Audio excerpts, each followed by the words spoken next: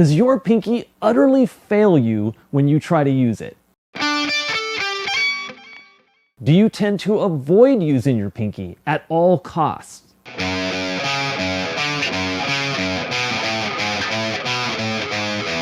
If so, you are likely suffering from pinky avoidance syndrome. Pinky avoidance syndrome is extremely common, especially in beginner and early intermediate level guitarists. I can't even count how many times in all of my years of teaching I've encountered this problem. I remember one time I had a student that came to me for lessons, and he had a pretty bad case of pinky avoidance syndrome. I quickly pointed it out and began to work with him on the issue. He quickly became resistant due to the difficulty of overcoming the problem.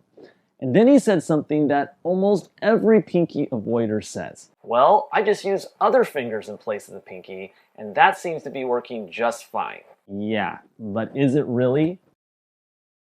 Look, the truth is, no matter how you feel about how well your playing is going without using the pinky or using it very little, there are two huge problems that you'll eventually have to overcome. The first problem is the fact that there's just some things that you can't play without using the pinky.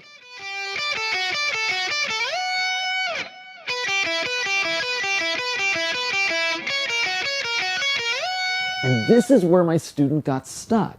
You see, when he first came to me, he was mostly playing power chord-based pop punk music like Blink-182, which had very little in the way of guitar solos. But as his musical tastes evolved, he started to get into heavy metal and quickly found that he couldn't play a lot of the more technical parts, especially the guitar solos. Which leads me to the second and even bigger problem with avoiding the pinky, which is that there are many instances where using the pinky to play a part is far easier than not using the pinky. However, this only works if you've already strengthened and developed the coordination that the pinky needs in order to work effectively, which is exactly what I'm going to help you do in this lesson. So let's jump in. Let's start by identifying the two things that are at the root of your pinky problems. Once you correct these two problems, you'll be well on your way to a stronger, more coordinated pinky. Now, this is going to sound weird, but the primary root of most pinky problems is the thumb. Your thumb absolutely needs to be positioned in the back of the neck in order for the pinky to work properly. With the thumb positioned high, the pinky is crippled and won't be able to stretch more than a couple of frets. You can test this out by bringing the thumb up over the top of the neck and placing the first finger anywhere on the first string. Now see how high you can stretch your pinky. You won't be able to stretch it more than a couple of frets. Whereas if you bring the thumb down behind the neck, you'll see that your stretching improves dramatically. The fact of the matter is, with the thumb up, it pulls the pinky out away from the strings, and with the thumb down, it brings it equal to the other fingers. Your pinky's already at a disadvantage as it is, so you don't want to make it even harder for it to reach its notes. Keeping the thumb low whenever you need to use your pinky is the first requirement to having a stronger, more coordinated pinky. The second thing that is at the root of your pinky problems is simply lack of use. This is where pinky avoidance syndrome becomes a vicious cycle. The pinky is already weaker than our other fingers, so it needs all the help it can get. By avoiding using it, we're putting it at an even greater disadvantage. Obviously, the way to fix this is to start working the pinky into your playing as much as possible. And there are two very effective ways to do this. The first and quickest way is to use exercises that are specifically designed to strengthen the pinky.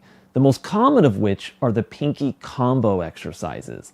Now, like most exercises, these can be a little boring, but if you want to get that pinky up and running as quickly as possible, then you'll want to add these to your practice routine, or at the very least, run them while you're watching TV or videos online.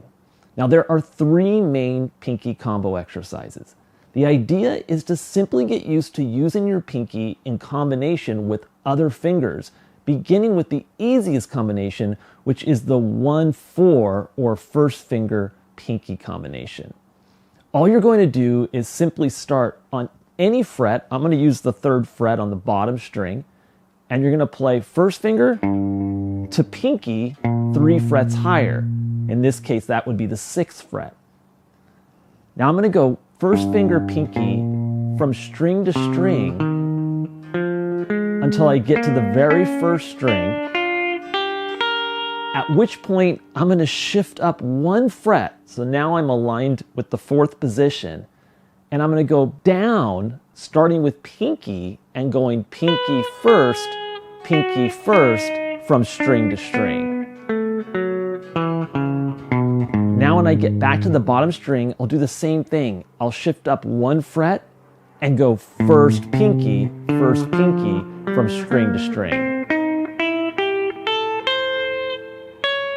I'm going to continue doing that all the way up, really as far as you want to go, but probably no higher than the 12th fret. At that point, you could just move on to the next exercise, or if you want, you could take the exercise back down.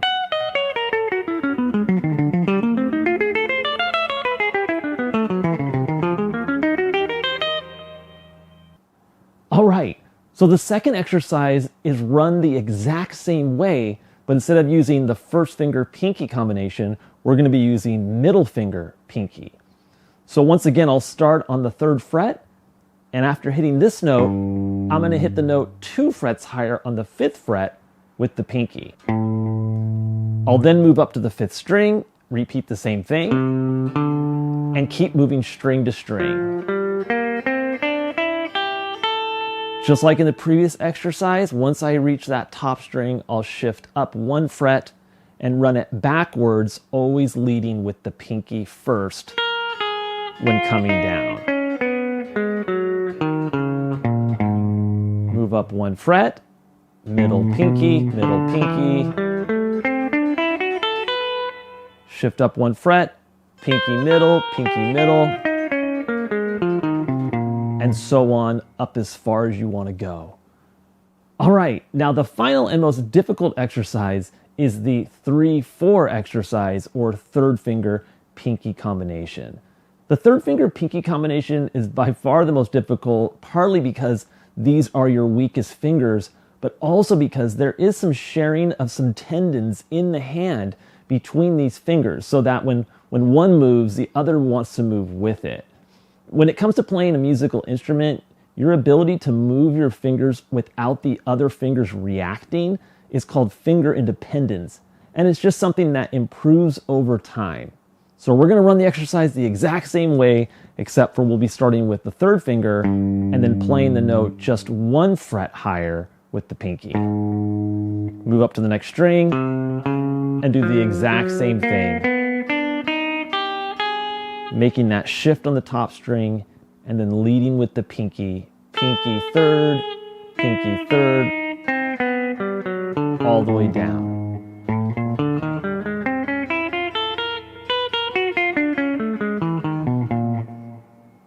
The second way to quickly strengthen the pinky is to simply start working it into your playing whenever appropriate.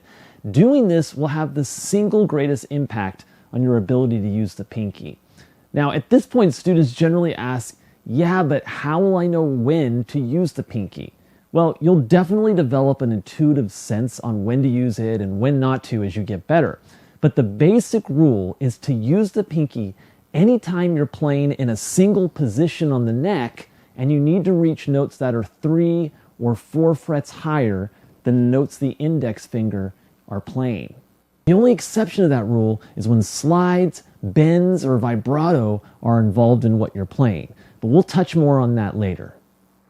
So the idea here is that if you are playing in a single position, you want to use the pinky to play the notes that fall on the highest fret in that position.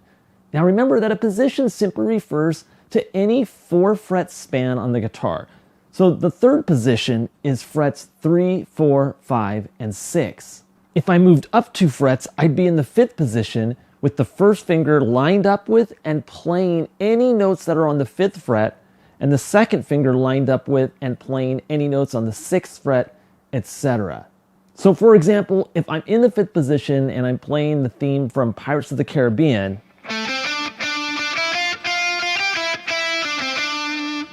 I would use the pinky to play the notes that fall on the 8th fret instead of jumping out of position to try to take that note with the 3rd finger.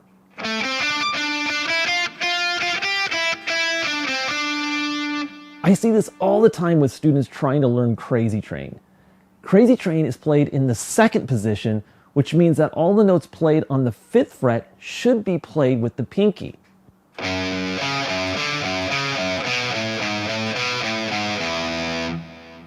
What I often see is students trying to substitute the 3rd finger for the pinky,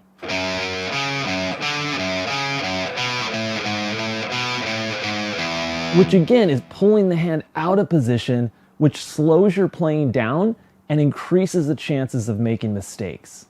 That last point is very important. It's not that you can't play Crazy Train without using the pinky, it's that you won't be able to play it as fast, and you'll be much more likely to make mistakes because of the extra hand movements that are involved.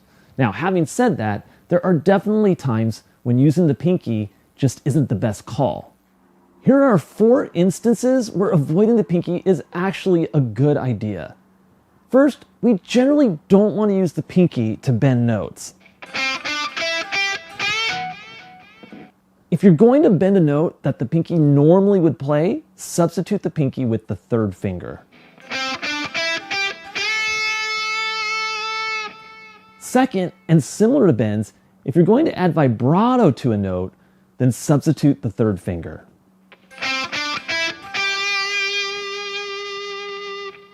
Third, for the most part, you want to avoid sliding with the pinky.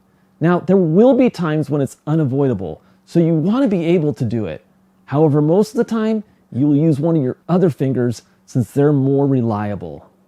Lastly, a lot of players will substitute the 3rd finger for the pinky when playing in higher positions since the frets are so close together.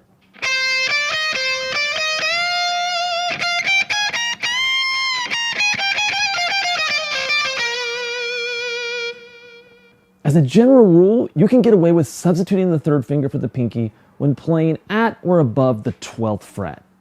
Notice that each of these exceptions come from the fact that it's usually better to default to using your stronger fingers to play, especially when bends, slides, and vibrato are involved. But when they're not, or when you're needing to reach to higher notes within a position, it's better to use the pinky so that you minimize fretting hand movement and are able to get to notes quicker.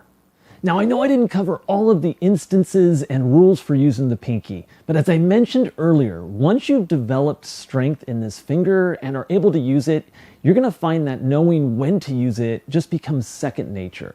And let me leave you with one last important point. If you're not used to using your pinky, then starting to work it into your playing may seem to make your playing worse at first. Just stick with it, because as you develop coordination, you're gonna find that you're able to play things that you just weren't able to play before.